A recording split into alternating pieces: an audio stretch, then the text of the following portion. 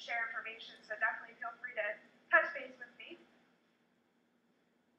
Also, if you tweet about the session today, you'll automatically be entered to win a social media makeover. So, or if you just feel like tweeting and sharing information, I encourage that as well. The hashtag today is PCN12Square. So we're going to kind of go over the who, what, where, when, why, and how of Foursquare. A lot of people have heard the name, have maybe tried it, but haven't really deployed a solid marketing strategy with it. So we'll kind of go over the Foursquare marketing tactics, reputation management for using Foursquare, case study, and a review. Did you have a question, or? Oh, okay. So, for those of you who don't know, Foursquare is, like I've been saying, location-based marketing, meaning that Foursquare is an application on your smartphone that you can download and share information about where you are on the planet. So, when you go to different venues, you can check in via this Foursquare application, and it automatically feeds to your Facebook or Twitter. You can choose to send that information out to them. You've got friends on there, just like on any other social network. You can create specials, offer any type of valuable information or tips, and there's also a game component to Foursquare that allows people to earn badges and mayorships when they check into certain venues. So this is where the marketing tactics come in, where we can really offer some great deals and try and create some customer loyalty through Foursquare. So there's a lot of big brands using Foursquare in unique ways, but we don't. The beauty of Foursquare is that we don't need to be a big brand to use it. We don't need a huge marketing budget. We just need a strategy. But these are examples of some great companies that are using Foursquare in a great way. Starbucks is one of the first to jump on board, and they actually were one of the first companies to have a custom Foursquare badge created for them.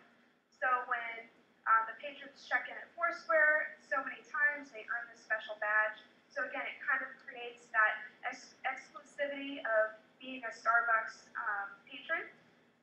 The History Channel I find particularly interesting. They don't have anything to offer as far as direct B2C, but what they have done is they've gone across the country to different historical landmarks or different buildings, and they've actually left a tip on Foursquare about, did you know this building was built in the 1800s and this and that. So they've gone across the country, checked in at these different places, and again, the History Channel is always in front of you when you're checking in at these venues. So it's in front of your face, you're seeing it, and you kind of say, okay, I remember where I learned that. It was the History Channel.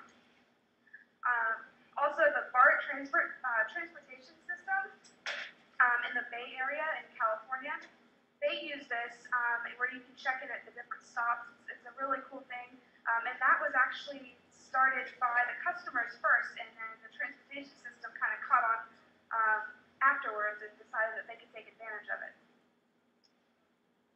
So, what's in it for me? Besides, personal use, but looking at to use this for your company, the first thing is that you can attract new customers. And that is, if you are registered on Foursquare with your location, with your address, there might be a store next to you where the people are headed. But then when they go to check in, it's your store that's popping up in that list because of the proximity that you are to the place that they're checking in. So right there, you're getting that free marketing just by being listed on Foursquare.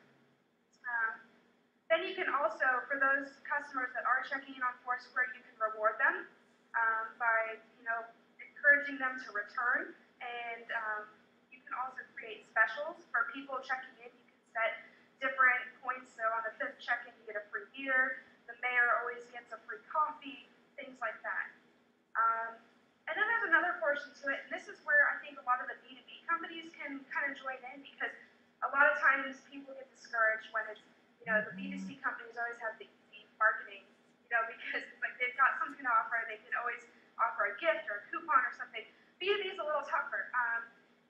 And so what we can do here is they can actually become the industry authority on something by, maybe going to the local museum, and maybe they're a vendor for that museum, or they're holding a convention at that museum. They can actually leave tips for the visitors that come into town and say, hey, did you know that this museum was opened in 2008